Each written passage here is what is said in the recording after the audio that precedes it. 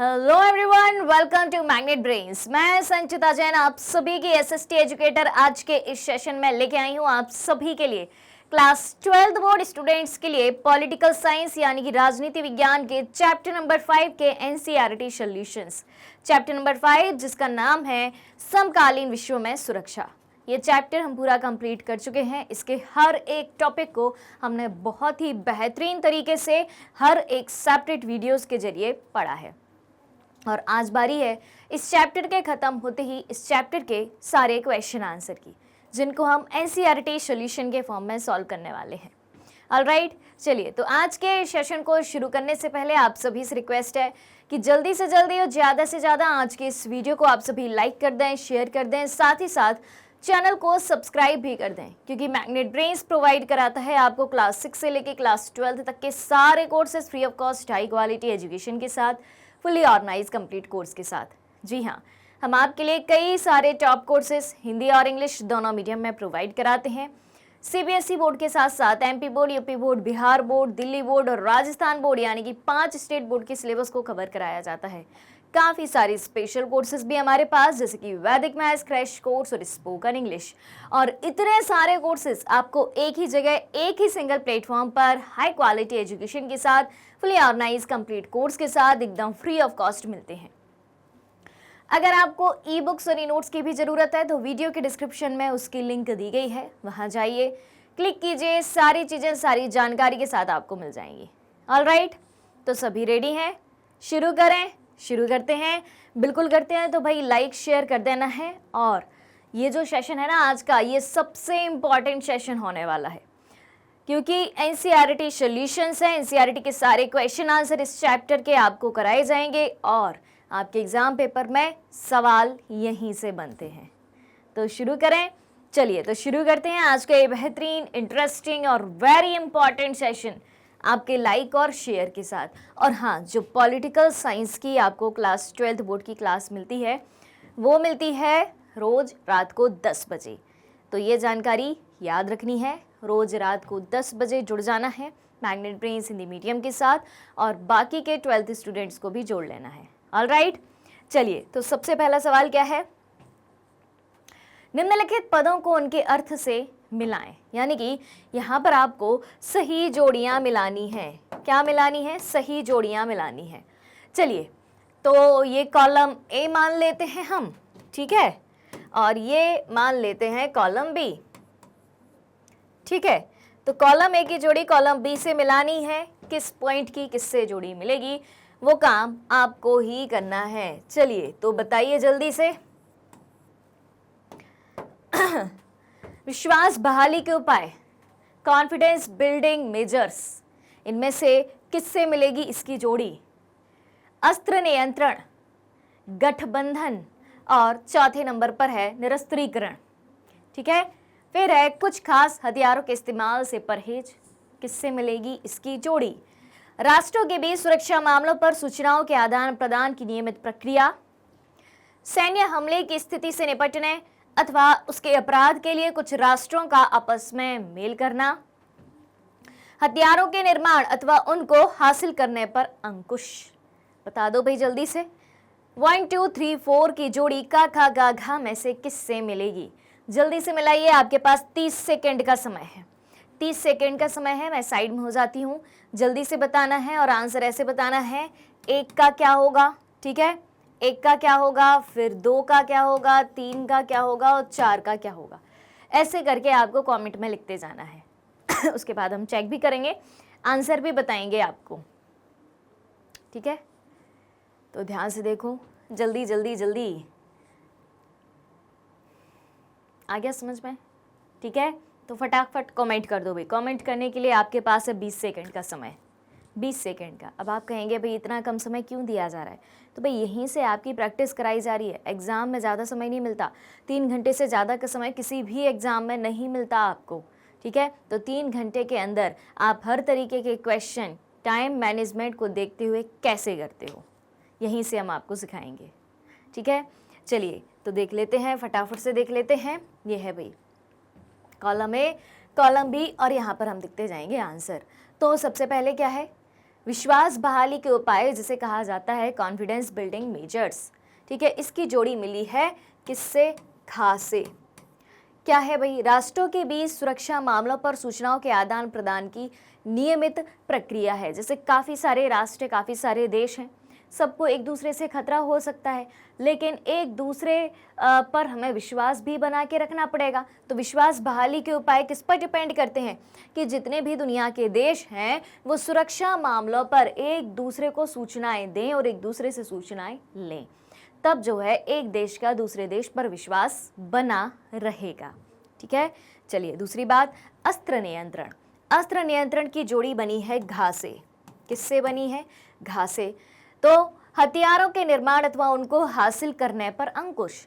अस्त्र नियंत्रण यानी जो हथियार है उन पर कंट्रोल करना, एक तो बनाने पर और उनको हासिल करने पर, दोनों पर नियंत्रण रखना है। फिर है तीसरे नंबर पर गठबंधन। तो सैन्य हमले की स्थिति से निपटने अथवा उसके अपराध के लिए कुछ राष्ट्रों का आपस में मेल करना। गठबंधन, गठबंधन का मतलब क्या होता है? कि साथ में मिलकर काम करना। ठीक है, अब यहाँ पर हम सुरक्षा की बात कर रहे हैं, दुनिया की सुरक्षा की बात कर रहे हैं। तो दुनिया की सुरक्षा के मामले में कुछ देशों को गठबंधन करना होगा कि सैन्य हमले की स्थिति से निपटने की, अगर कोई दूसरे क्षेत्र की सेना हम पर हमला करती है और अगर हम एकजुट हैं, हमारा गठबंधन है, हम काफ़ी सारी कंट्री एक है, तो हम साथ में मिल के जो है उनसे निपट सकते हैं। क्लियर है? फिर है निशस्त्रीकरण। तो कुछ खास हथियारों के इस्तेमाल से परहेज। कुछ खास हथियार जैसे कि जैविक हथियार, ठीक, जैविक हथियार और रासायनिक हथियार हो सकते हैं।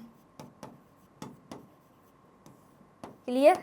तो इन सब हथियारों के इस्तेमाल से परहेज करना क्या कहलाएगा? निरस्त्रीकरण कहलाएगा। ऑलराइट, तो सही जोड़ी मिल गई। सही जोड़ी के जरिए हमें हर एक चीज़ की डेफिनेशन भी पता लग गई कि कौन सी चीज़ क्या होती है। ठीक है, चलिए अगली बात करते हैं। क्वेश्चन नंबर 2 है, निम्नलिखित में से किसको आप सुरक्षा का परंपरागत सरोकार या सुरक्षा का अपरंपरागत सरोकार या खतरे की स्थिति नहीं का दर्जा देंगे? यहाँ पर काफ़ी सारी चीज़ें आपको दी गई हैं, अलग अलग तरीके के खतरे आपको दिए गए हैं, अलग अलग तरीके की बातें दी गई हैं। उसमें से ये पहचानना है कि कौन सी बात आपको परंपरागत खतरा लगती है, कौन सी बात आपको अपरंपरागत खतरा लगती है, और कुछ बातें ऐसी भी हैं जिनमें खतरे की कोई स्थिति ही नहीं है, खतरे की कोई बात ही नहीं है, तो वो कौन सी बातें हो सकती हैं। ठीक है, चलिए तो बताइए जल्दी से। देखें, पहला बुखार से संबंधित बात है कि अगर चिकनगुनिया या डेंगू बुखार का प्रसार हो रहा है तो वो कौन सा खतरा है। ठीक, पड़ोसी देश से कामगारों की आमद, यानी कि हमारी जो नेबरिंग कंट्री है वहाँ से लोग काम करने के लिए हमारे देश में आ रहे हैं, तो हमें उनसे किस प्रकार का खतरा है। पड़ोसी राज्य से कामगारों की आमद, अब यहाँ पर बात थी देश की और यहाँ पर बात है राज्य की, कि हमारे आसपास के जो राज्य हैं, जैसे कि मध्य प्रदेश है, मध्य प्रदेश के बाजू में यहाँ पर आपको छत्तीसगढ़ मिल जाएगा, यहाँ पर आपको उत्तर प्रदेश मिल जाएगा, यहाँ पर आपको राजस्थान मिल जाएगा, यहाँ पर आपको गुजरात मिल जाएगा, यहाँ पर आपको महाराष्ट्र मिल जाएगा। तो अगर इन राज्यों से मध्य प्रदेश में या किसी भी स्टेट में, उनके नेबरिंग स्टेट से लोग आते हैं, काम करने के लिए आते हैं, तो उनसे कैसा खतरा होगा या खतरा ही नहीं होगा। ठीक है, फिर अपने इलाके को राष्ट्र बनाने की मांग करने वाले समूह का उदय। ठीक है, आपके ही देश में कुछ लोग रह रहे हैं और वो लोग कह रहे हैं कि हमें अपने इलाके को, हमें अपने एरिया को अलग राष्ट्र बनाना है, तो वो किस प्रकार का खतरा होगा। फिर आखिरी क्या है, आखिरी नहीं, सेकंड लास्ट है, अपने इलाके को अधिक स्वायत्तता दिए जाने की मांग करने वाले समूह का उदय। अब कुछ लोग अपने इलाके को ज़्यादा अधिकार दिए जाने की, ज़्यादा स्वायत्तता की इस क्षेत्र में हमारा ही अधिकार होना चाहिए, ऐसे लोग हैं, अगर वो डिमांड कर रहे हैं, तो ये क्या है। ठीक, फिर है लास्ट है कि देश की सशस्त्र सेना को आलोचनात्मक नज़र से देखने वाला अखबार। कोई अखबार ऐसा है जो अपने देश की सेना को ही क्रिटिसाइज करता है, अपने देश की सेना के बारे में, कुछ देश की सेना के अपोजिशन में कुछ बातें लिखता है, उसको क्रिटिसाइज करता है, उसकी आलोचना करता है, तो क्या ये खतरे की स्थिति है? बताओ भाई जल्दी से। देखें, चलो आ जाओ। ठीक है।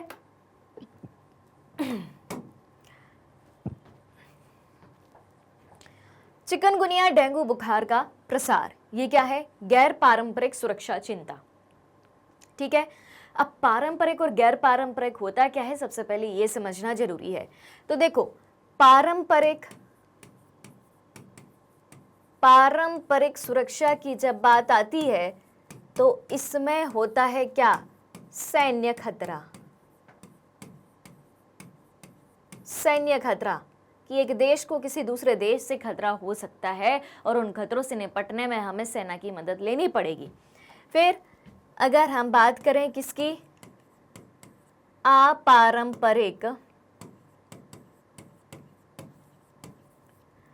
अपारंपरिक सुरक्षा की।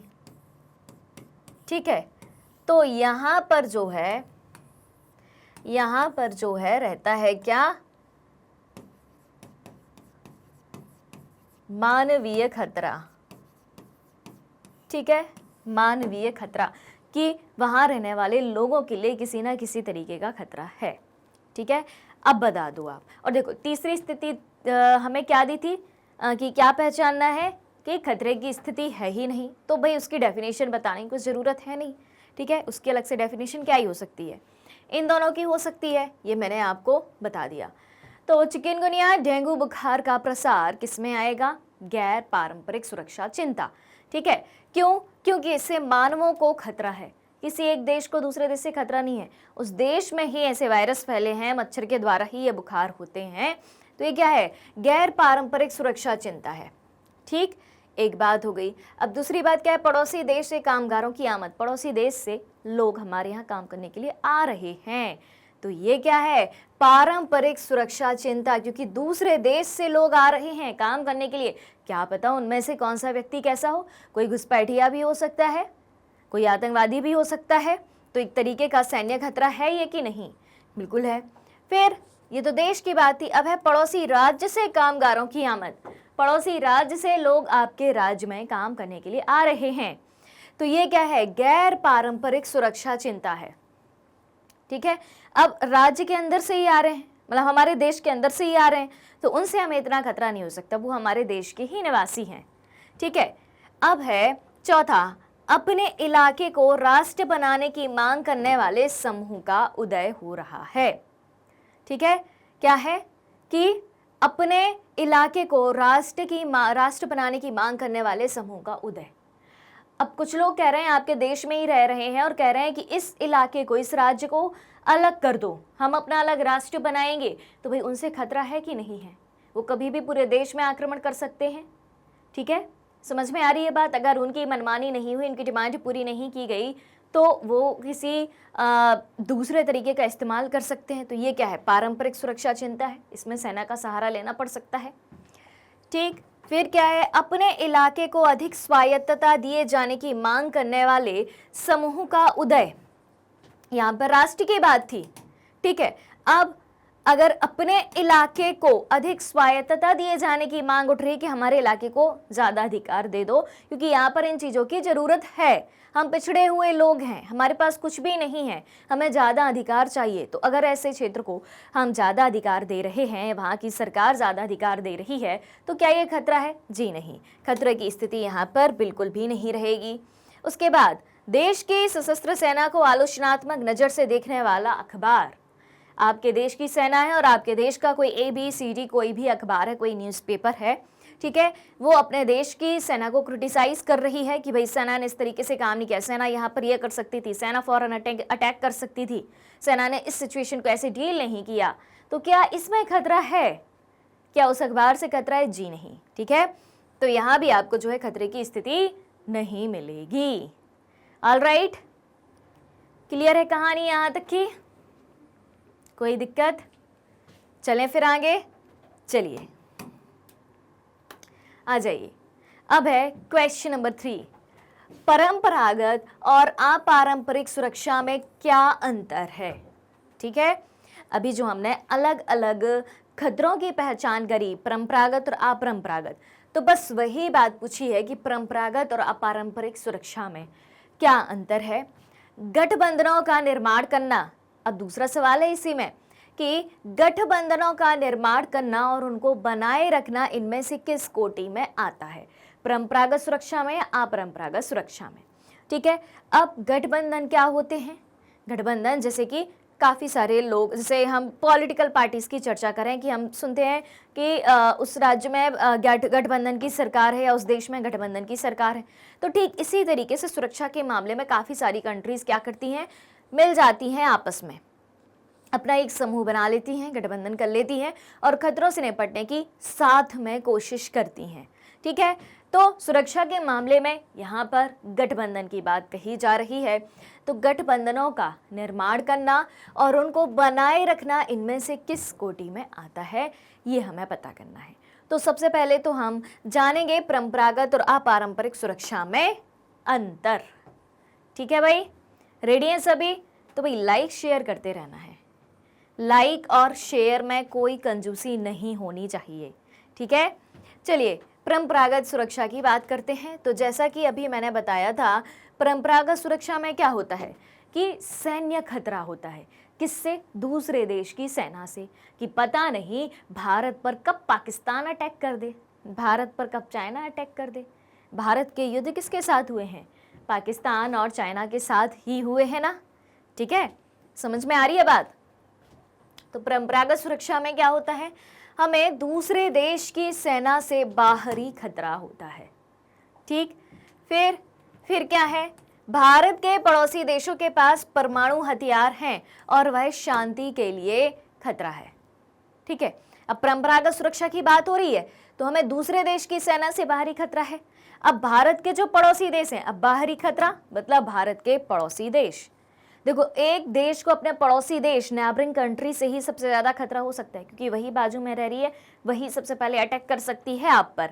तो भारत के जो पड़ोसी देश हैं उनके पास परमाणु हथियार है, परमाणु शक्ति संपन्न है और वह शांति के लिए खतरा है। किस देश की शांति के लिए? भारत की शांति के लिए खतरा है। तो ये किस कोटि में आएगा? परंपरागत की कोटि में आएगा। ठीक, फिर क्या है, हमें देश के अंदर भी आतंकवाद से खतरा है। आतंकवाद किस में आएगा? परंपरागत में आएगा। फिर जब दूसरे देश से लोग शरणार्थी बनकर आते हैं तो उस देश में लोगों की जनसंख्या में वृद्धि हो जाती है।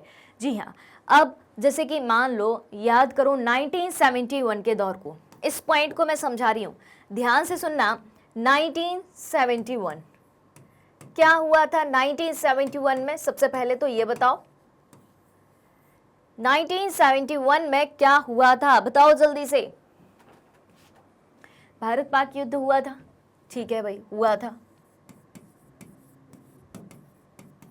भारत पाक युद्ध हुआ था, हो गया। क्यों हुआ था? क्यों हुआ था? मुद्दा क्या था?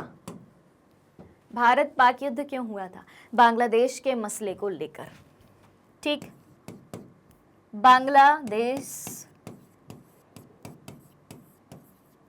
बांग्लादेश की समस्या को लेकर युद्ध हुआ था। ठीक है, अब हुआ ये था कि बांग्लादेश क्या था? बांग्लादेश पहले पूर्वी पाकिस्तान था। क्या था बांग्लादेश? बांग्लादेश पहले पूर्वी पाकिस्तान था। ठीक है, यानी कि पाकिस्तान का ही हिस्सा था। अब अगर हम भारत के नक्शे में पाकिस्तान को देखें, ठीक है, तो इधर पाकिस्तान है, इधर है पाकिस्तान। ये कौन सी दिशा है? पश्चिम, यानी कि वेस्ट। बांग्लादेश कहाँ है? ईस्ट में। ठीक है, तो ये जो है क्या बोलते, बांग्लादेश जो है पहले पाकिस्तान का हिस्सा था और इसे पूर्वी पाकिस्तान कहा जाता था, क्योंकि ये पूरब में है, ईस्ट में है। अब पश्चिमी पाकिस्तान पूर्वी पाकिस्तान को करने लगा परेशान, तो लोगों ने, पूर्वी पाकिस्तान के लोगों ने, जो प्रेजेंट में बांग्लादेश है, भारत में मांगी शरण। भारत ने दे दी शरण कि ठीक है भाई, आ जाओ, रख लेते हैं आपको। अब इसके चलते पाकिस्तान ने कर दिया भारत पर अटैक। तो अब आया ये पॉइंट समझ में कि जब दूसरे देश से लोग शरणार्थी बनकर हमारे देश में आते हैं, यानी कि बांग्लादेश से लोग कहाँ गए? बांग्लादेश से लोग गए भारत में, शरणार्थी बनकर आए, तो हमारे यहाँ क्या बढ़ गई? पॉपुलेशन बढ़ गई। ठीक है, तो जब दूसरे देश से लोग शरणार्थी बनकर आते हैं तो उस देश में लोगों की जनसंख्या में वृद्धि हो जाती है, तो हमारे देश में भी जनसंख्या में वृद्धि होगी। और अगर हम प्रेजेंट सिनेरियो की बात करें, अब सुनना ध्यान से, हमने मदद किसकी करी? बांग्लादेश की मदद करी। युद्ध किससे लड़ना पड़ा? पाकिस्तान से। किसके कारण? बांग्लादेश के कारण। ठीक है, बांग्लादेश के लोगों को हमने शरण दी और 1971 का भयानक युद्ध झेला। और अगर हम प्रेजेंट की बात करें, आज के दिन की हम बात करें, तो कितने सारे हिंदुओं को बांग्लादेश में परेशान किया जा रहा है। मतलब जो भारत के हैं, हिंदू में भी हर कम्युनिटी, हर रिलीजन के लोग जो रह रहे हैं, भारत के लोग बांग्लादेश में, उन सबको परेशान किया जा रहा है, चाहे वो कोई भी हो। ठीक है, जिसका बड़ा विरोध प्रदर्शन बांग्लादेश के खिलाफ भारत में हमने अभी बहुत ही बड़े रूप में भी देखा। यानी कि जिसकी हमने मदद करी वही हमारे ही लोगों को परेशान कर रहा है। इसका क्या मतलब है? तो समझ में आई बात, खतरा कैसे है कि जब दूसरे देश से लोग शरणार्थी बनकर आते हैं तो उस देश में लोगों की जनसंख्या में वृद्धि हो जाती है। और ये किसकी कैटेगरी में आता है, किस कोटि में आता है? परंपरागत सुरक्षा की कोटि में आता है। ऑलराइट, ठीक है, चलिए, तो समझ में आई बात। अगर आपसे परंपरागत सुरक्षा के बारे में सवाल पूछा जाए तो आप बता देंगे? बिल्कुल बता देंगे। ठीक है भाई, चलिए, अब पांचवा पॉइंट क्या है इसमें कि पारंपरिक सुरक्षा की धारणा में बाहरी आक्रमण के समय एक राष्ट्र 3 उपायों से उससे छुटकारा पा सकता है।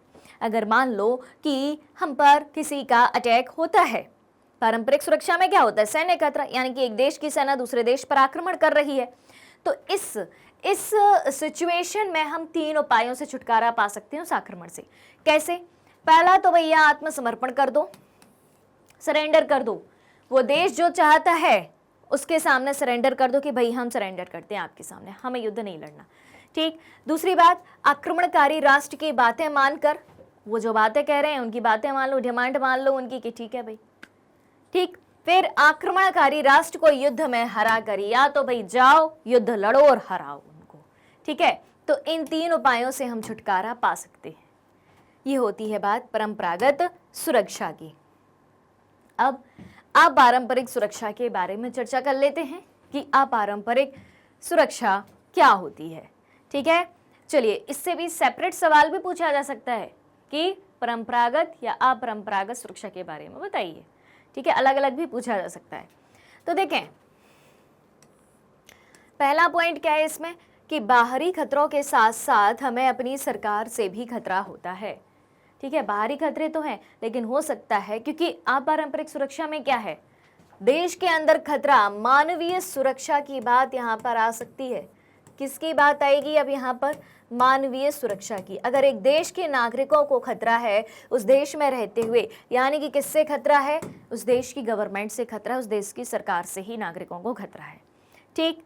फिर दूसरी बात क्या है कि भारत की आम जनता को भारतीय पुलिस हमले से भी खतरा हो सकता है। अगर भारत की पुलिस भारत की जनता पर हमला करती है तो परेशान कौन होगा? भारत की जनता ही परेशान होगी। ठीक है। फिर तीसरा पॉइंट क्या है कि देश के बाहर भी हमें आतंकवाद का खतरा बना रहता है। इससे पूरे विश्व को खतरा होता है। जनसंख्या दिन ब दिन बढ़ रही है और आने वाले वक्त में संसाधन खत्म हो जाएंगे। खतरा किसको है? हमें, मनुष्यों को। पॉपुलेशन बढ़ती जा रही है लेकिन संसाधन यानी कि रिसोर्सेस तो उतने ही है भाई। धरती पर पानी उतना ही है, धरती पर खेत खलिहान भी उतने ही होते हैं, पेड़ पौधे भी उतने ही होते हैं, ऑक्सीजन भी उतनी ही मिलेगी, रहने को जगह भी उतनी ही है, खाने को अनाज भी उतना ही है। समझ में आ रही है बात? अब जनसंख्या बढ़ रही है, लोग बढ़ रहे हैं, सामान उतना ही है, तो लोग कहाँ रहेंगे, कहाँ खाएंगे, क्या पिएंगे? तो खतरा किसको है? मानव को। ठीक। फिर क्या है? अपारंपरिक सुरक्षा की धारणा में एक देश को केवल दूसरे देश की सरकार के सैन्य खतरे की चिंता ही नहीं रहती, बल्कि अन्य स्रोतों से होने वाले खतरों की भी चिंता रहती है। यानी कि ऐसा नहीं है कि हमें सिर्फ दूसरे देश की सरकार से खतरा है, वहीं से सैन्य खतरा हो सकता है, बल्कि दूसरे सोर्सेस भी ऐसे हो सकते हैं जहां से हमें खतरा बन सकता है। जैसे कि मान लो कोई महामारी है, अब हमारे पास उतनी अच्छी स्वास्थ्य सुविधाएं नहीं है, हम कैसे निपटें? कोरोना का भयानक दृश्य हमने देखा है, खतरे से कम था, वहाँ खतरा था। किसकी जानों को खतरा था? मनुष्यों की जानों को खतरा था। समझ में आई बात? उस देश में, जिस देश में आप रह रहे हो और उस देश में आपके अधिकारों का हनन हो, अधिकारों का उल्लंघन हो, यानी कि मानव अधिकारों की कोई कदर ही ना हो। खतरा किसको है? मानवों को खतरा है। झेलना किसको है? मनुष्य को झेलना है। क्लियर? तो ये सारी चीजें किस कैटेगरी में आएंगी? अपारंपरिक सुरक्षा की कैटेगरी में आएंगी। ठीक है, चलिए क्वेश्चन नंबर 4 है कि तीसरी दुनिया के देशों और विकसित देशों की जनता के सामने मौजूद खतरों में क्या अंतर है? तीसरी दुनिया के देश और जो विकसित देश हैं, डेवलप्ड कंट्री हैं, उन दोनों की जनता के सामने जो खतरा है उनमें क्या अंतर है? यानी कि तीसरी दुनिया के देश की जनता के सामने जो खतरे हैं और विकसित देशों की जनता के सामने जो खतरे हैं उनमें डिफरेंस क्या है ये बताना है। ठीक है, समझ में आया क्वेश्चन? क्या समझे भाई, बताओ थोड़ा सा कमेंट करके। देखो भाई, हर एक क्वेश्चन को समझना तो पड़ेगा, तब तो हम आंसर देंगे। ठीक है, क्योंकि रट्टा मारने से कुछ नहीं होगा कि भाई ये क्वेश्चन है, पहले तो क्वेश्चन रटो फिर उसका आंसर रटो। आंसर पता है लेकिन यही सोचने को बैठ गए कि भाई साहब ये किस क्वेश्चन का आंसर है, हमने तो क्वेश्चन याद ही नहीं किया था। तो कभी क्वेश्चन याद नहीं किया जाता, क्वेश्चन हमेशा समझा जाता है कि उस क्वेश्चन की, उस प्रश्न की डिमांड क्या है, वो क्या पूछना चाहता है, उसी के आधार पर हम उसका उत्तर देखते हैं। ठीक है, आ जाओ भाई समझ लेते हैं। देखें, तीसरी दुनिया के देश और विकसित देशों के लोगों में खतरे अलग हैं। अब तीसरी दुनिया के देश कौन से होते हैं? सबसे पहली बात तो ये आती है, कोई बता सकता है? तीसरी दुनिया के देश, तीसरी दुनिया के देश जो हाल ही में आज़ाद हुए, हाल ही में स्वतंत्र हुए, नए देश बने हैं, वो कहलाते हैं तीसरी दुनिया के देश। और डेवलप्ड कंट्री तो भैया पुराने समय से चली आ रही हैं, सब कुछ है उनके पास, विकसित देश हैं, सब कुछ है, हर एक रिसोर्स का उन्हें पर्याप्त यूज़ किया है। अब देखो, तो तीसरी दुनिया और विकसित देशों के लोगों में खतरे अलग हैं। कैसे अलग हैं? तो देखो भाई, अब पहला है भाई, जो नई दुनिया है वो है तीसरी दुनिया, यानी कि नए देश, जो नए नए देश आज़ाद हुए हैं। तो नव स्वतंत्र देशों को अपने पड़ोसी राज्यों के साथ भी सैन्य संघर्षों का सामना करना पड़ा। जो देश अभी अभी आज़ाद हुए हैं उनको अपने पड़ोसी देशों के साथ संघर्ष करना पड़ा, बिल्कुल करना पड़ा, जो कि किसी देश के लिए सबसे आम और खतरनाक खतरा होता है। जैसे कि 1947 में भारत आज़ाद हुआ, ध्यान से सुनना, 1947 में क्या हुआ? भारत आज़ाद हुआ। ठीक, इतनी बात हमें पता है। उसके बाद भारत को कब कब युद्ध का सामना करना पड़ा? 1947-48 में पाकिस्तान, 1962 चीन, 1965 पाक, 1971 पाक, 1999 पाक। हुआ है कि नहीं हुआ? पुलवामा अटैक 2019, याद है? तो ये क्या है, ये क्या है? ये सारे भारत के पड़ोसी देश हैं, पाकिस्तान और चीन, हैं कि नहीं? बताओ भाई, बताओ भाई, क्या कहते हो, क्या कहते हो? ये सब पड़ोसी देश हैं। भारत को आज़ाद हुए कई सदियां तो हुई नहीं हैं अभी, ठीक है? तो ये खतरा है। फिर उसके बाद क्या है कि इन देशों को ना केवल अपनी सीमाओं के बाहर पड़ोसियों से खतरों का सामना करना पड़ा, बल्कि भीतर भी विभिन्न मांगों के लिए जनता के बीच संघर्ष किया गया। जो नए नए आज़ाद देश हैं उनको अपने पड़ोसी देशों से तो संघर्ष करना ही पड़ा, उनसे तो लड़ाइयाँ लड़नी ही पड़ी, ठीक है? जो हमारी सीमा के बाहर के पड़ोसी देश हैं उनसे तो लड़ाइयाँ लड़नी पड़ी, लेकिन भीतर भी विभिन्न मांगों के लिए जनता के बीच संघर्ष किया। अब नए नए आज़ाद देश हैं, उतने रिसोर्सेस नहीं है हमारे पास, या रिसोर्स हैं तो उनका यूज़ करना हमें नहीं पता है।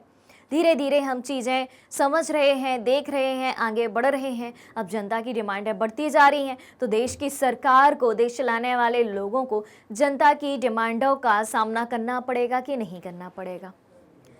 क्लियर हो रही है बात? ठीक है, तो एक ये बात हो गई, ठीक।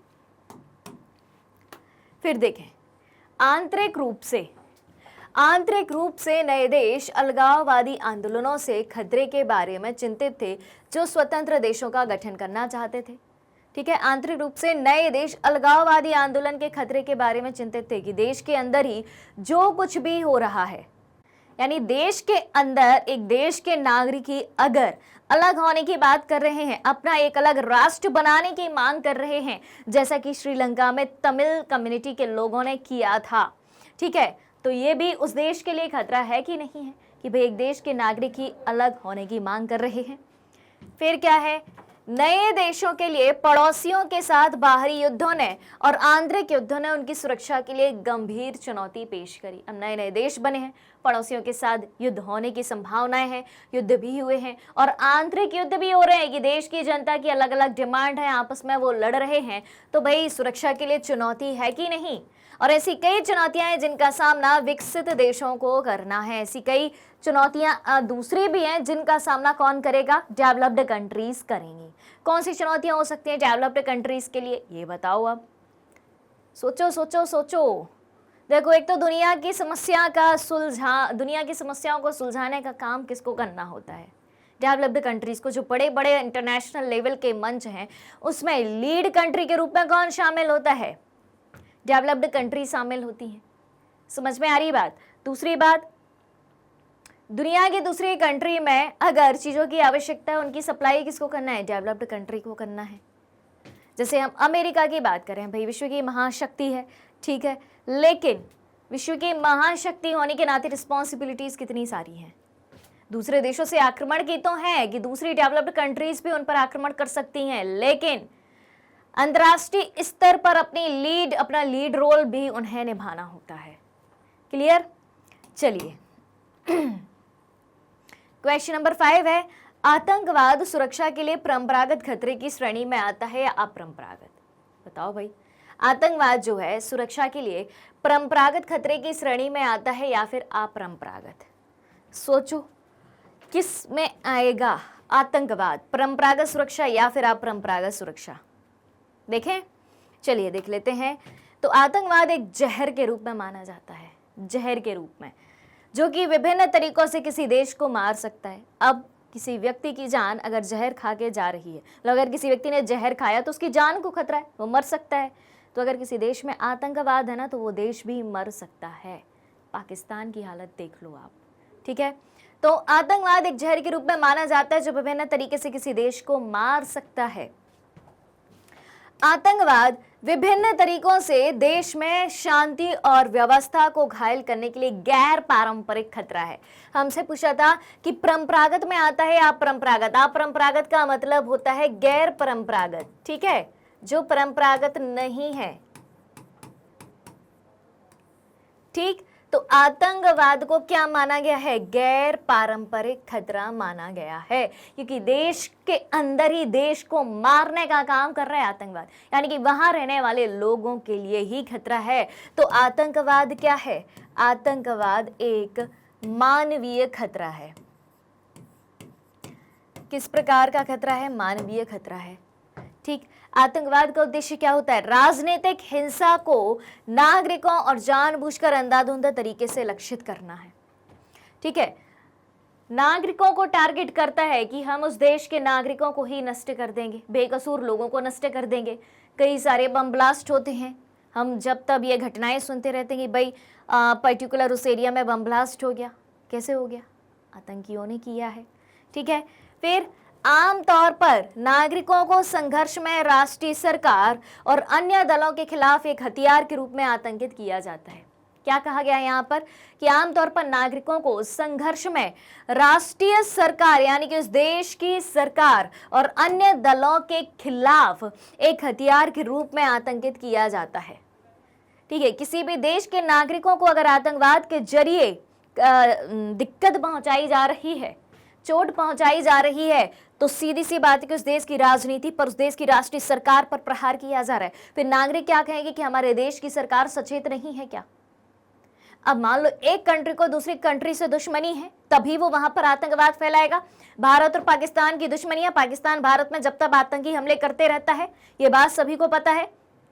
क्यों, क्योंकि पाकिस्तान भारत से चिढ़ता है, भारत की सरकार से चिढ़ता है, भारत की राजनीतिक व्यवस्था से चिढ़ता है, कश्मीर मुद्दा को लिए बैठा है। तो क्या भारत की सरकार पाकिस्तान को कश्मीर सौंप देगी, जी नहीं।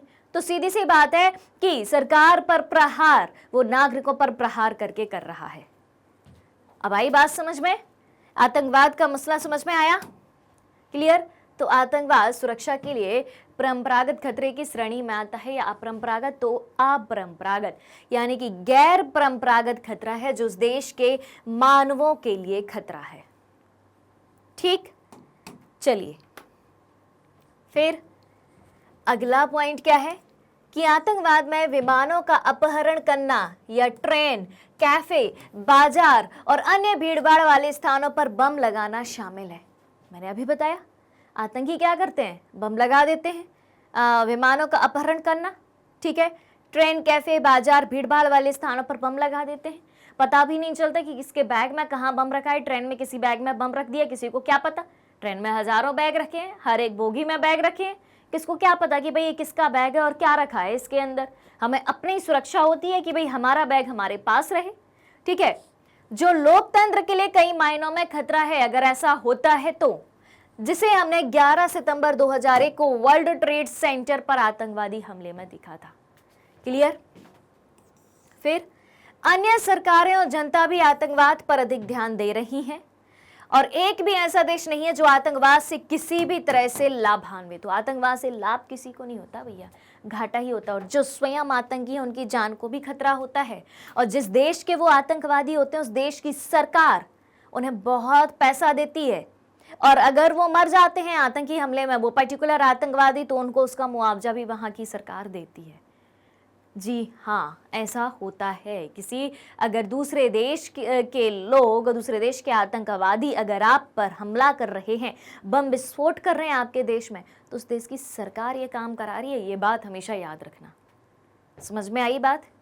ठीक है, चलिए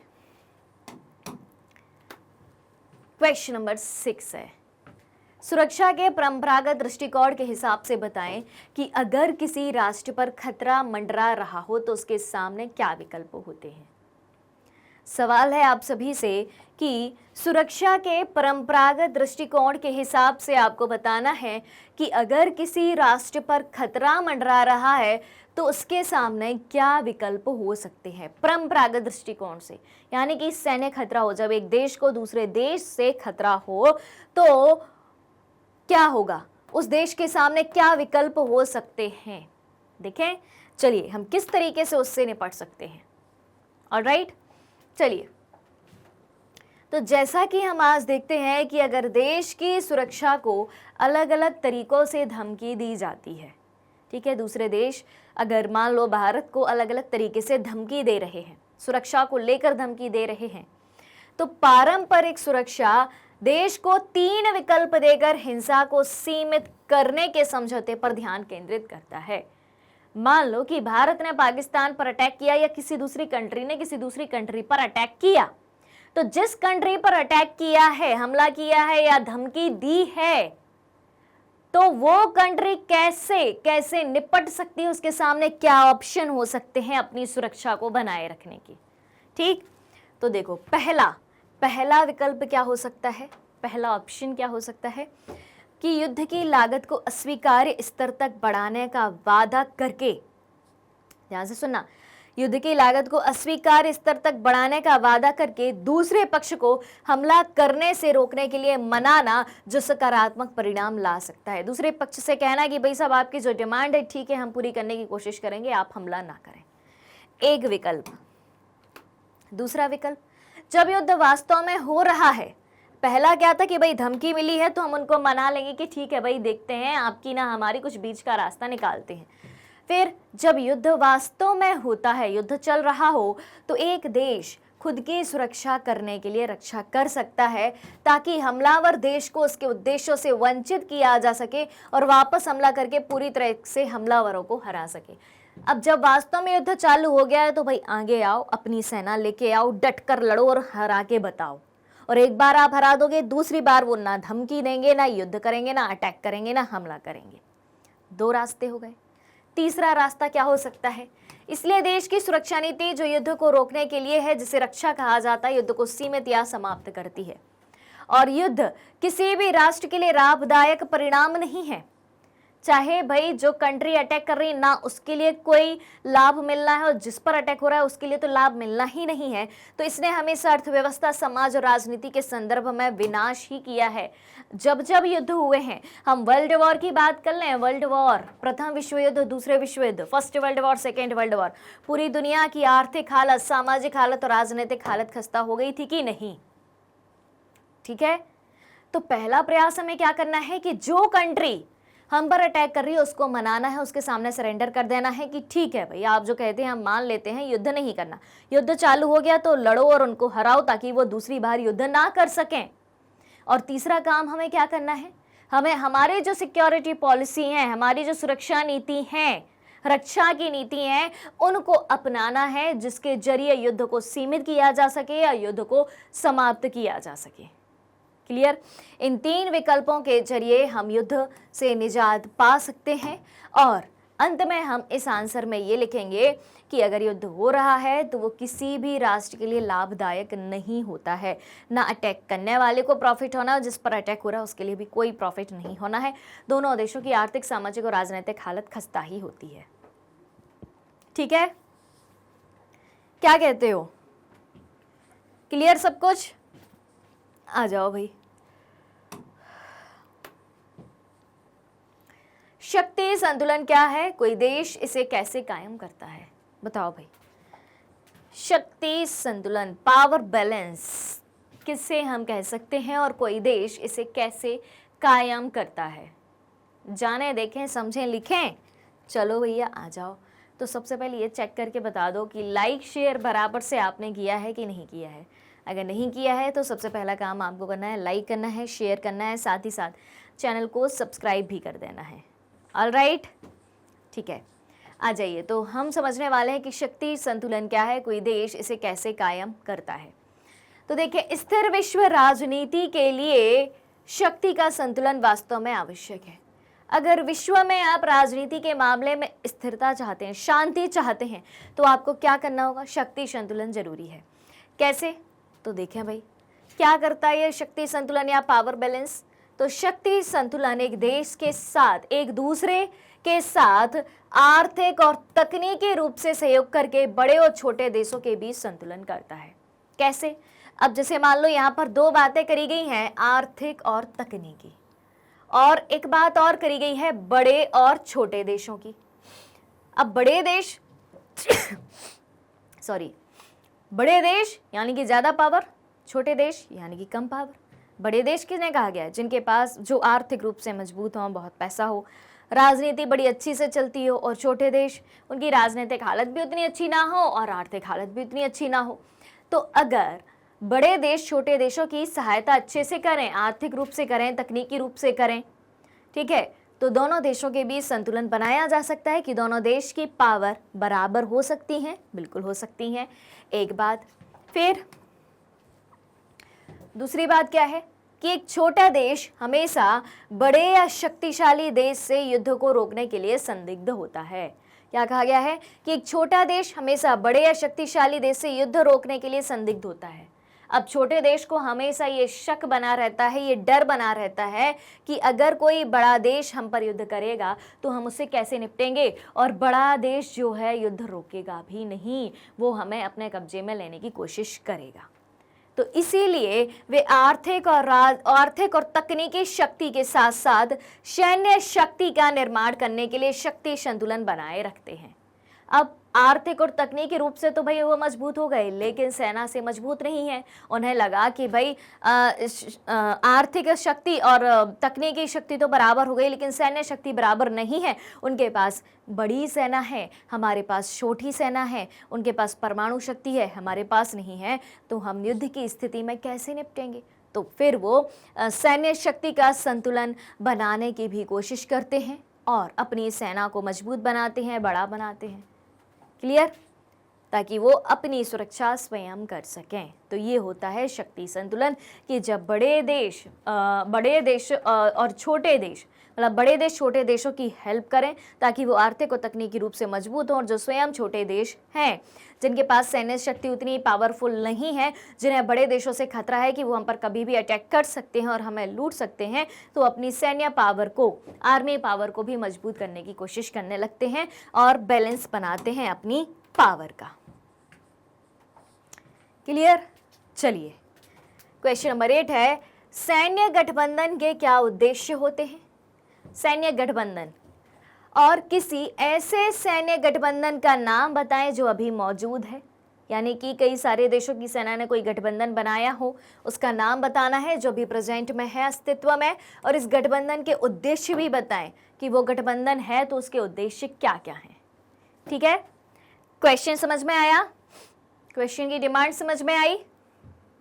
चलें आगे, चलिए चलते हैं।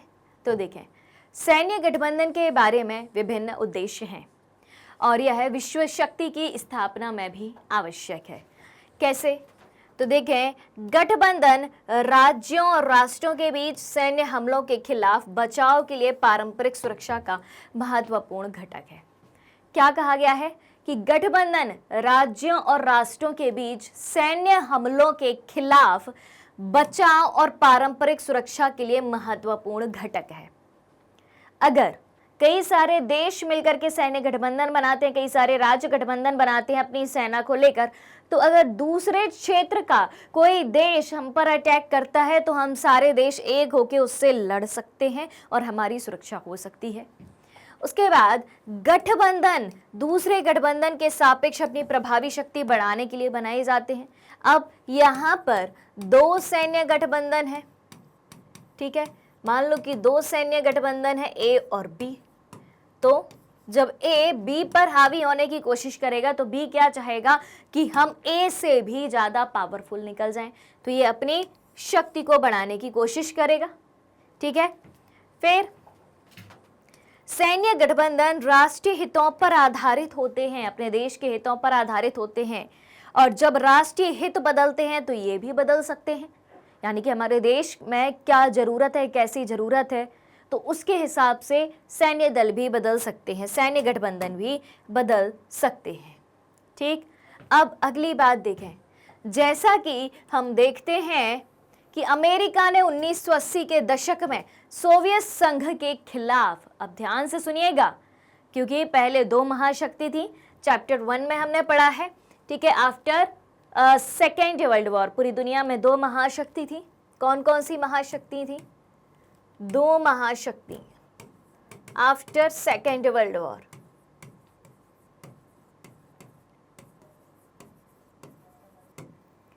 ठीक,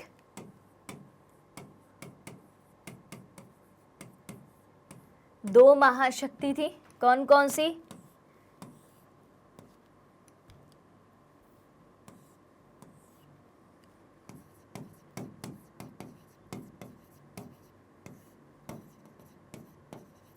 सोवियत संघ और दूसरी कौन सी? अमेरिका। ठीक है, तो जैसा कि हम देखते हैं कि अमेरिका ने 1980 के दशक में सोवियत संघ के खिलाफ अफगानिस्तान में इस्लामी आतंकवादियों का समर्थन किया था। किसका? अमेरिका ने 1980 के दशक में सोवियत संघ के खिलाफ किसका समर्थन किया? अफगानिस्तान में इस्लामी आतंकवादियों का समर्थन किया था। ठीक है, लेकिन बाद में उन पर हमला किया जब ओसामा बिन लादेन के नेतृत्व में इस्लामिक आतंकवादियों के एक समूह अल कायदा ने 11 सितंबर 2001 को अमेरिका के खिलाफ आतंकवादी हमले शुरू कर दिए। अब इनने क्या किया? अमेरिका सोवियत संघ के खिलाफ, क्योंकि दो महाशक्ति हैं, दोनों महाशक्तियों के बीच क्या चल रहा है? कोल्ड वॉर चल रहा है भाई इन दोनों के मध्य। ठीक है, कोई किसी का कुछ नहीं बिगाड़ पा रहा, लेकिन सब अपनी अपनी पावर को बढ़ाने में मशगूल है कि हमारी और ज्यादा पावर होनी चाहिए, हमारी और ज्यादा पावर होनी चाहिए, हमारे पास ज्यादा हथियार होने चाहिए, हमारे पास ज्यादा हथियार होने चाहिए। कर किसी का कोई नहीं पा रहा है कुछ भी। ठीक है, तो 1980 में क्या हुआ कि सोवियत संघ के खिलाफ जब अफगानिस्तान में इस्लामी आतंकवादियों का समर्थन किया था, जब अफगानिस्तान में जो है हमला हुआ था, सॉरी सोवियत संघ के खिलाफ अफगानियों ने जो हमला किया था उसका समर्थन किया था किसने? अमेरिका ने। लेकिन बाद में क्या हुआ? उसामा बिन लादेन के नेतृत्व में वर्ल्ड ट्रेड सेंटर पर 11 सितंबर 2001 को अमेरिका के खिलाफ जो है आतंकी हमले चालू किए गए। बात आई समझ में? ठीक है, यानी कि आप उनका समर्थन कर रहे हो, ठीक है, लेकिन किनका समर्थन कर रहे हो? किनका समर्थन? जो बाद में आप पर ही आक्रमण कर देंगे। समझ में आ रही है बात? और भाई 1991 में तो ये समाप्त हो गया था, सोवियत संघ। भले इनके बीच कोल्ड वॉर चल रहा था, सोवियत संघ समाप्त तो शीत युद्ध समाप्त हो गया। क्लियर हुई बात? ठीक है, तो समझ में आई बात कि क्या क्या हो सकता है, कब कब किसके साथ क्या क्या हो सकता है। ठीक है, चलिए चलो क्वेश्चन नंबर 9 है कि पर्यावरण के तेजी से हो रहे नुकसान से देशों की सुरक्षा को गंभीर खतरा पैदा हो गया है। ठीक है, क्या आप इस कथन से सहमत हैं? मतलब कि हमारी पृथ्वी को जो नुकसान हो रहा है, एनवायरनमेंट को नुकसान हो रहा है, तो पर्यावरण के तेजी से हो रहे नुकसान से देशों की सुरक्षा को गंभीर खतरा पैदा हो गया है। तो पर्यावरण की सुरक्षा का संबंध क्या देशों की सुरक्षा से है? इस कथन से अगर आप सहमत हैं तो क्यों सहमत हैं ये भी आपको बताना है। तो चलिए करते हैं इसको भी। देखें, हाँ, हम इस कथन से सहमत हैं, हम इस स्टेटमेंट से एग्री करते हैं, क्योंकि कुछ स्थितियों में एक देश को वैश्विक समस्या का खामियाजा भुगतना पड़ सकता है। ठीक है, कैसे? वैश्विक समस्या, पर्यावरण की समस्या सिर्फ एक देश की समस्या नहीं है, पूरे विश्व स्तर की समस्या है। तो जैसे पर्यावरणीय क्षरण सुरक्षा के लिए गंभीर खतरा पैदा कर सकता है। उदाहरण हमसे पूछा है ग्लोबल वार्मिंग के कारण। ठीक है, ग्लोबल वार्मिंग के कारण क्या हो रहा है? टेम्परेचर बढ़ रहा है। टेम्परेचर बढ़ रहा है तो तापमान बढ़ने के कारण क्या हो रहा है? जो हमारे ग्लेशियर है उन पर जमी बर्फ पिघल रही है, ध्रुवों पर जमी बर्फ पिघल रही है, जिससे समुद्र का स्तर बढ़ रहा है। अब समुद्र का स्तर बढ़ेगा तो क्या होगा? जो समुद्र के किनारे शहर हैं वो डूब जाएंगे। तो समुद्र का जल स्तर 1.52 मीटर तक बढ़ जाता है ग्लोबल वार्मिंग के कारण, जिससे बांग्लादेश के 20% हिस्से में बाढ़ आ जाएगी। ठीक है, मालदीव के अधिकांश भाग में बाढ़ आ जाएगी, जो समुद्र वाले देश हैं, और थाईलैंड की लगभग आधी आबादी को खतरा होगा।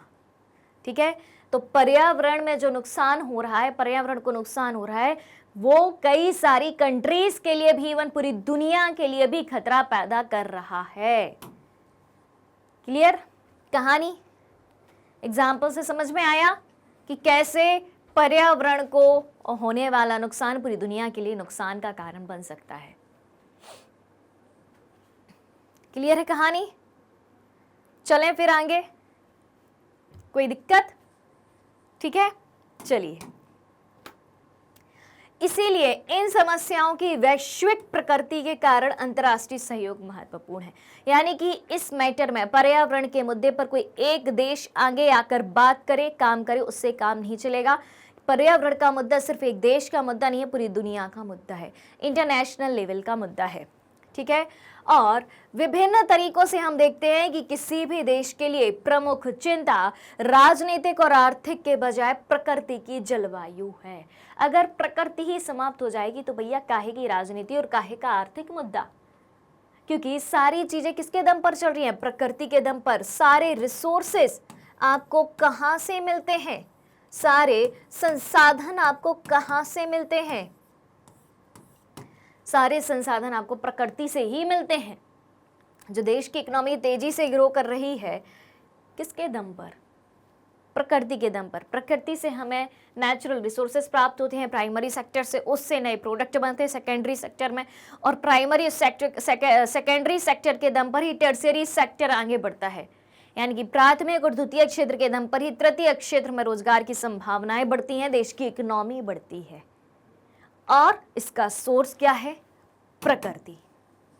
ठीक है, तो सबसे पहली सुरक्षा पूरी दुनिया को किस चीज की करनी है? प्रकृति की। अगर प्रकृति की सुरक्षा आपने कर ली तो इंसानों की सुरक्षा हो गई, राजनीति की सुरक्षा हो गई, समाज की सुरक्षा हो गई, अर्थव्यवस्था की सुरक्षा हो गई। ठीक है, चलिए, तो इन मुद्दों पर ध्यान देना बहुत महत्वपूर्ण है, जो दुनिया में गंभीर असंतुलन पैदा कर सकते हैं। क्लियर है कहानी? क्या कहते हो? सब कुछ क्लियर? चलें फिर आगे, चलते हैं आगे। क्वेश्चन नंबर 10 है आपके सामने कि देशों के सामने फिलहाल जो खतरे मौजूद हैं उनमें परमाणविक हथियार की सुरक्षा अथवा अवरोध के लिए बड़ा सीमित उपयोग रह गया है, इस कथन का विस्तार करें।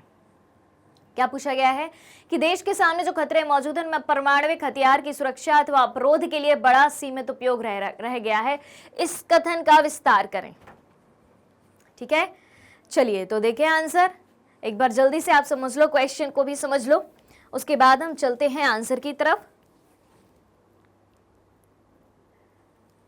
चलिए तो आंसर की तरफ हम चलते हैं। देखें तो भाई परमाणु हथियार, जिस किसी भी कंट्री के पास परमाणु हथियार हैं, समझ लो वो कंट्री बहुत ज़्यादा पावरफुल है। ठीक है, सबसे ज़्यादा पावरफुल है। तो परमाणु हथियार जिन्हें किसी भी देश के लिए एक बड़ी शक्ति माना जाता था, अब सत्ता का एक दिन का मामला है। पहले बहुत बड़ी पावर माना जाता था, अब एक दिन का मामला है। तो हथियार नियंत्रण के सहयोग के कारण परमाणु हथियारों का सीमित उपयोग है। अवरोध का मतलब समझते हैं आप? अवरोध का मतलब होता है कि हथियारों पर नियंत्रण लगाना, ज्यादा हथियारों का प्रयोग ना करना। तो हथियार नियंत्रण के सहयोग के कारण परमाणु हथियारों का उपयोग सीमित है, यानी कि हर कंट्री मुंह उठा के सीधा परमाणु हथियार का उपयोग नहीं कर सकती कि छोटी मोटी लड़ाई हुई और एक कंट्री ने दूसरी कंट्री पर एटम बम फेंक दिया, ऐसा नहीं हो सकता। ठीक है,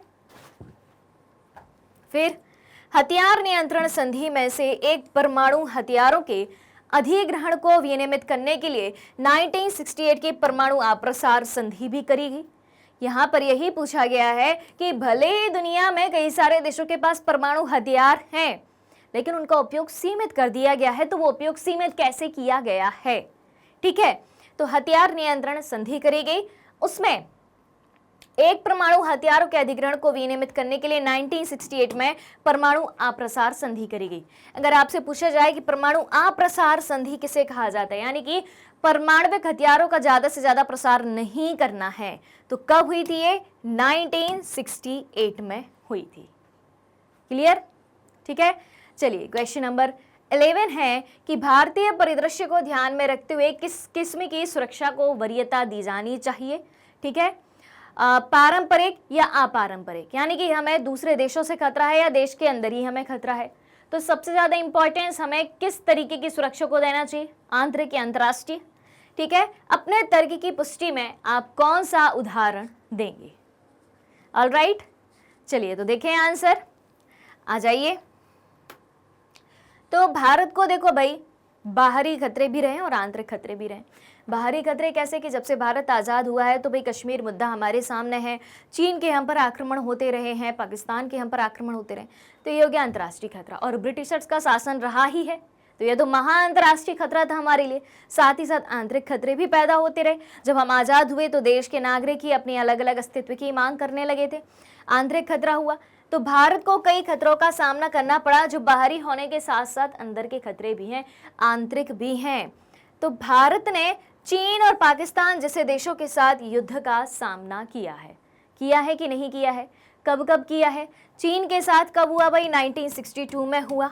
ठीक है, तो इसकी सुरक्षा रणनीति में आप देखो, अपनी सैन्य क्षमताओं को मजबूत करने के लिए कई आवश्यक विशेषताएं हैं, क्योंकि भारत 1947-48, 1965, 1971 और 1999 में पाकिस्तान के साथ युद्ध में संघर्षरत रहा।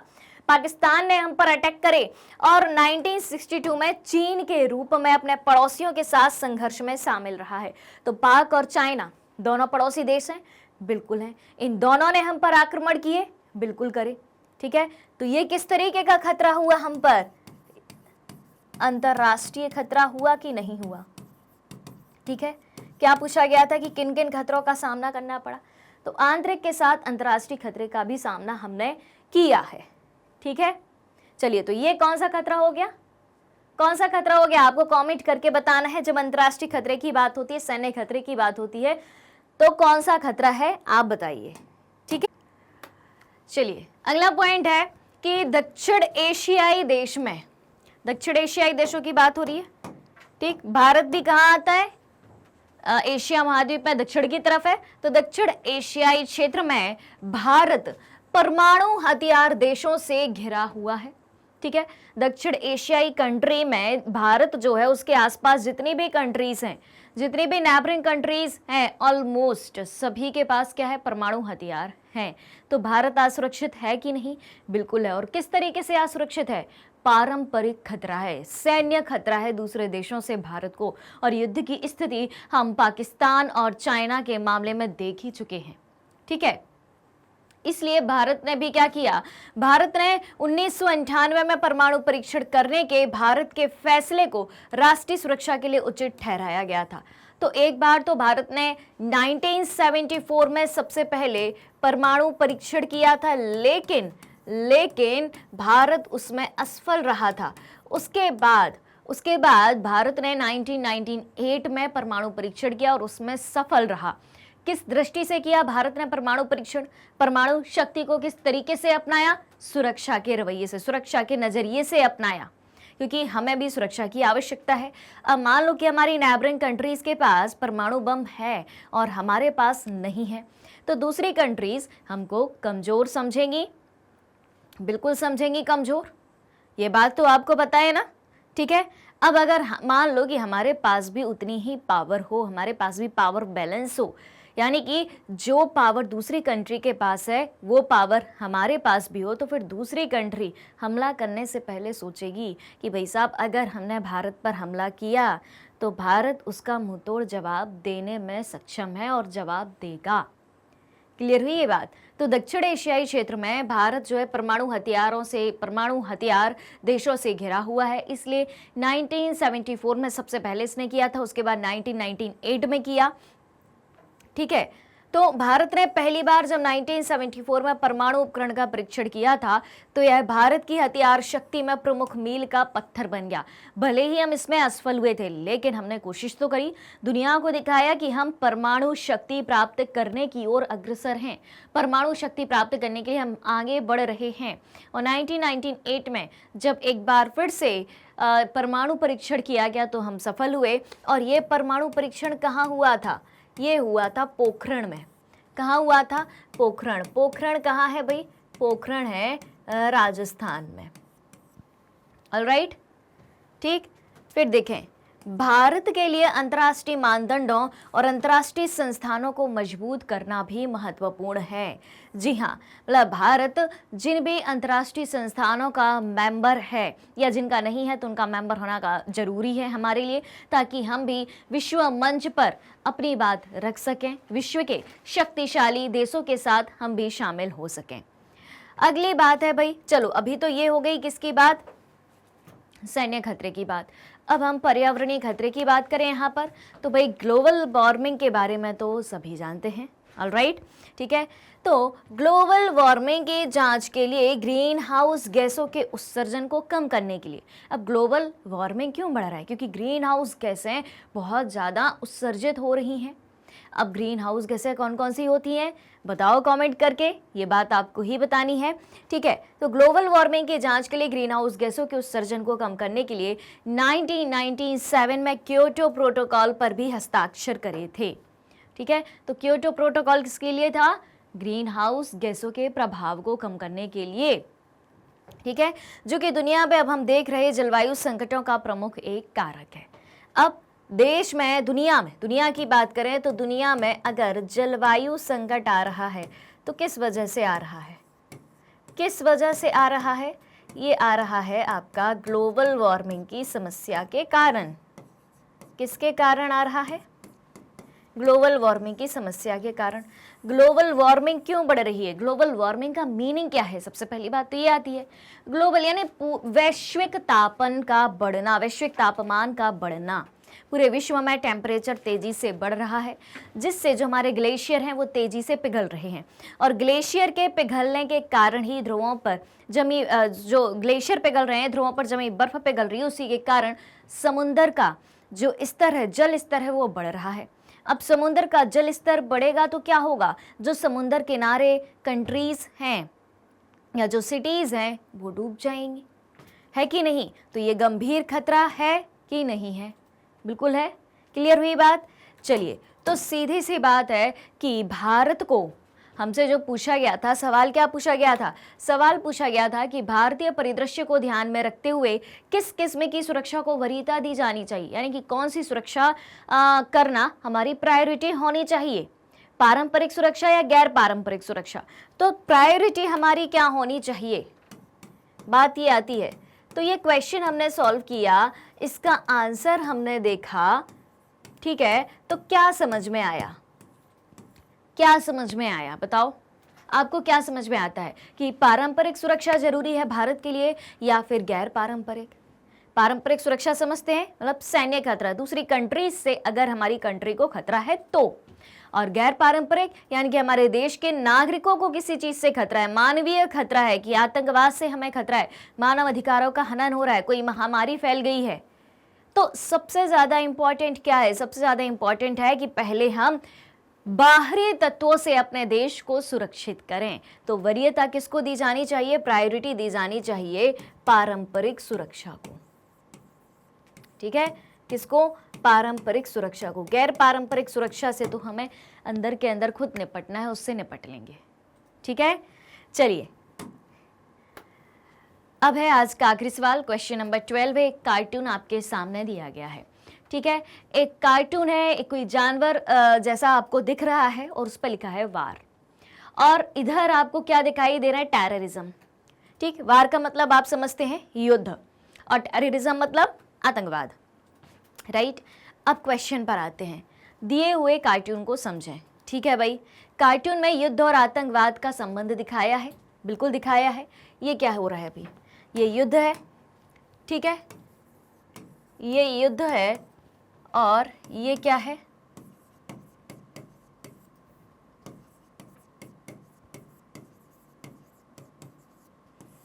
आतंकवाद, ठीक है। तो कार्टून क्या दिखाता है? नीचे दिए गए कार्टून को समझें। कार्टून में युद्ध और आतंकवाद का जो संबंध दिखाया गया है उसके पक्ष या विपक्ष में संक्षिप्त टिप्पणी लिखिए, ठीक है। चलिए तो देखें, युद्ध और आतंकवाद के बीच जो संबंध दिखाया गया है उसमें हमें बात करनी है। तो सबसे पहले हम इसके पक्ष में तर्क देते हैं, फिर विपक्ष में तर्क की बात करेंगे, ठीक। चलिए, तो दिए गए कार्टून के रूप में यह कहा जा सकता है कि युद्ध को प्रायः मानव विनाश के लिए बहुत बड़ा खतरा माना जाता रहा है। अब युद्ध होगा तो लोगों की जान जाएगी कि नहीं जाएगी? बिल्कुल जाएगी, ठीक है। कोई भी युद्ध हो, सैनिक मरते हैं कि नहीं मरते? आम जनता को भी झेलना पड़ता है कि नहीं झेलना पड़ता? झेलना पड़ता है। तो युद्ध यानी कि मानव विनाश, ठीक है। तो युद्ध हो रहा है, ये खतरा कैसा है? सैन्य खतरा है, मतलब पारंपरिक खतरा है, ठीक है, परंपरागत खतरा है। और जब से मानव पैदा हुआ है तभी से उसे युद्ध करना ही पड़ रहा है, किसी न किसी रूप में मानव को अपने अधिकारों के लिए, अपने अस्तित्व के लिए युद्ध करना ही पड़ा है। और यह युद्ध मानव को अपने राज्य या धर्म या संसाधनों की रक्षा, युद्ध किस लिए करना पड़ा? खुद की रक्षा, अपने धर्म की रक्षा, ठीक है, संसाधनों की रक्षा, अपने राज्य की रक्षा, इसलिए करना पड़ा। और अपने प्रभाव को बढ़ाने के लिए लड़ना पड़ा कि हमारा ज़्यादा से ज़्यादा प्रभाव हो। अगर कोई राजा किसी दूसरे राज्य पर हमला करता है, क्यों करता है? हमारे पास ज़्यादा से ज़्यादा संसाधन आए, हमारा प्रभाव बढ़े, हम सब पर अधिकार कर लें, इसीलिए ना, ठीक है। तो युद्ध के पक्षधर देश, अब युद्ध के पक्ष में जो देश बोलते हैं कि वो ये मानते हैं कि आतंकवाद को कुचलने के लिए सभी राष्ट्र एक हो जाएं तथा वे तब तक युद्ध का मोर्चा खोले रहें जब तक आतंकवाद समाप्त नहीं हो जाता। यहाँ पर है युद्ध, ठीक है, और यहाँ पर है टेररिज्म। तो देश क्या कहते हैं? दुनिया के बहुत से देश ऐसे कहते हैं कि अगर आतंकवाद को कुचलना है, आतंकवाद को, टेररिज्म को कुचलना है तो किसका सहारा लो? युद्ध का सहारा लो। और कैसे? दुनिया के देश एक हो जाओ, ठीक है, सभी राष्ट्र एक हो जाओ तथा वे तब तक युद्ध का मोर्चा खोले रहें, तब तक युद्ध में लगे रहें जब तक आतंकवाद पूरे तरीके से समाप्त नहीं हो जाता। ऑलराइट, ये बात आई समझ में? अब देखें, अब इसके विपक्ष में तर्क की बात करते हैं। चलिए, विपक्ष में तर्क तो देखें, आतंकवाद मानव या विश्व सुरक्षा के लिए एक नया खतरा है, ठीक है। युद्ध तो खतरा है ही, अब आतंकवाद, देखो युद्ध किसके लिए खतरा है? पूरे देश के लिए, और आतंकवाद मानव के लिए, ठीक है। तो आतंकवाद मानव या विश्व सुरक्षा के लिए एक नया खतरा है, बिल्कुल है। यद्यपि आतंकवाद आदिकाल से चला आ रहा है, ऐसा नहीं कि आतंकवाद कोई नई चीज है कि भाई नई नई मशीनें दुनिया में आ गई तो आतंकवाद भी नए तरीके से आया। नहीं, ये भी चीज पुरानी है, ठीक है। लेकिन यह आतंकवाद पहले बहुत सीमित क्षेत्र तक था। पुरानी चीज है, पुराने समय से चली आ रही है आतंकवाद, टेररिज्म पुराना है, लेकिन सीमित क्षेत्र तक था। अब पूरी दुनिया में फैला हुआ है, पूरी दुनिया को अपने निशाने पर साधे हुए है, ठीक है। तो जो व्यक्ति या समाज शक्ति के सिद्धांत में विश्वास करते हुए यह मानते थे कि शक्ति ही ठीक है, यह कमजोर व्यक्ति समुदाय या राज्य को निकल जाता था, उसे व्यक्तिगत या क्षेत्रीय स्तर पर संघर्ष या लड़ाई लड़नी होती थी।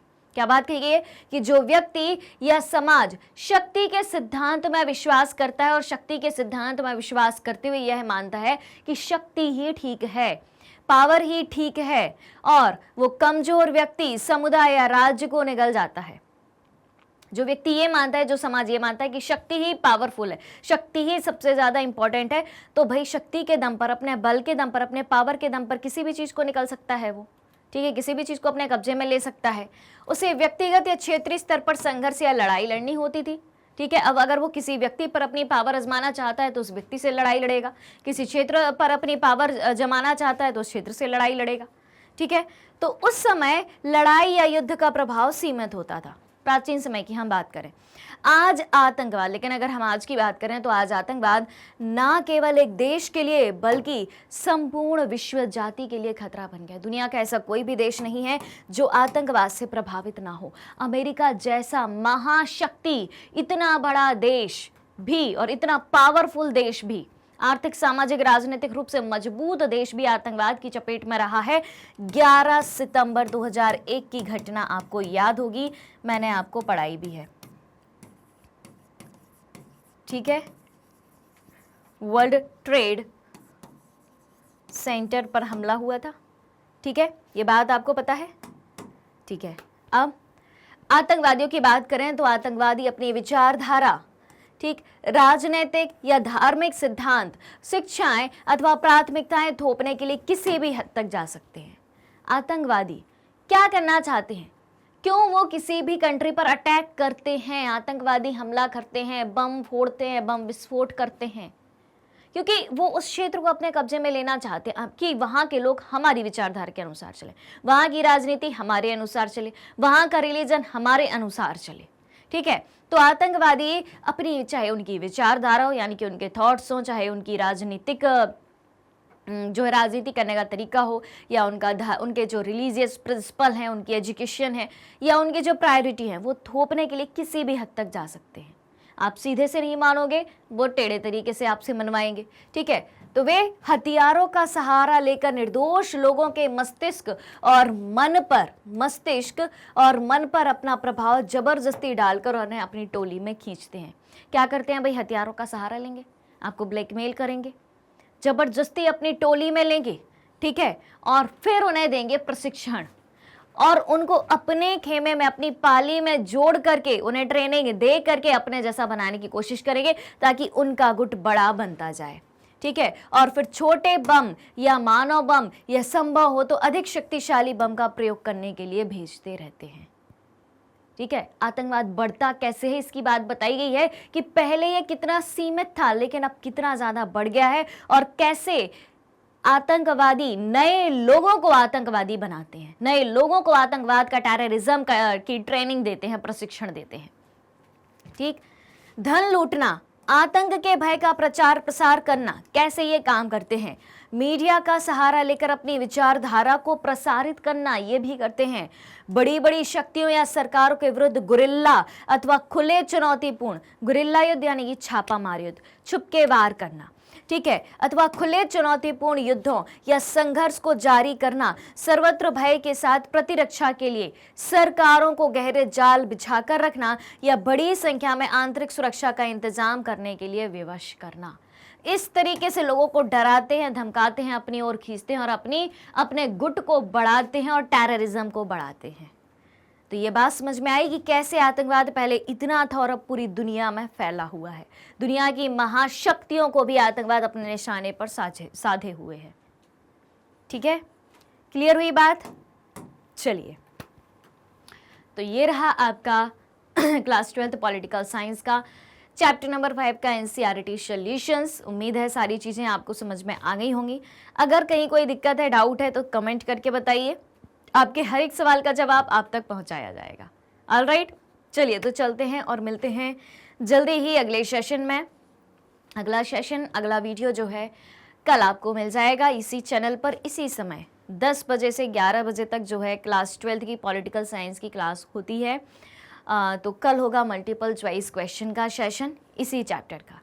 तो अगर आप हमारे डेली के लाइव सेशन और रिकॉर्डेड सेशन से जुड़ना चाहते हैं, सारी चीज़ें उपलब्ध हैं मैग्नेट ब्रेन्स के यूट्यूब चैनल, वेबसाइट और एप्लीकेशन पर। मैग्नेट ब्रेन्स इंडिया का number 1 100% free online education platform है। इसके अलावा अगर आप ई बुक्स और ई नोट्स भी चाहते हैं, उसकी लिंक भी वीडियो के डिस्क्रिप्शन बॉक्स में दी गई है, वहाँ से आप अवेल कर सकते हैं। सारी चीज़ें सारी जानकारी के साथ प्राप्त कर सकते हैं। हमारे पास आपके लिए कई सारे टॉप कोर्सेज इंग्लिश और हिंदी दोनों मीडियम में उपलब्ध हैं। सीबीएसई बोर्ड के साथ साथ दिल्ली, बिहार, यूपी, एमपी और राजस्थान बोर्ड के सिलेबस को कवर कराया जाता है। सारे कोर्सेज आपको एनसीईआरटी से ही कवर कराए जाते हैं। काफ़ी सारे स्पेशल कोर्सेज भी हैं, जैसे कि वैदिक मैथ्स, क्रैश कोर्स और स्पोकन इंग्लिश। और इतने सारे कोर्सेज आपको एक ही जगह, एक ही सिंगल प्लेटफॉर्म पर हाई क्वालिटी एजुकेशन के साथ, फुली ऑर्गेनाइज कंप्लीट कोर्स के साथ एकदम फ्री ऑफ कॉस्ट मिलते हैं। मैग्नेट ब्रेन्स यूट्यूब के अलावा अदर सोशल मीडिया प्लेटफॉर्म जैसे कि फेसबुक, इंस्टाग्राम, ट्विटर और व्हाट्सएप पर भी है। आप हमें यहाँ भी फॉलो कर सकते हैं, यहाँ से भी सारी जानकारी प्राप्त कर सकते हैं। तो आज के सेशन को ज़्यादा से ज़्यादा लाइक और शेयर करते हुए चैनल को सब्सक्राइब भी करना है। हमारे साथ बने रहिए, जुड़े रहिए, पढ़ते रहिए, खुश रहिए। Thank you so much.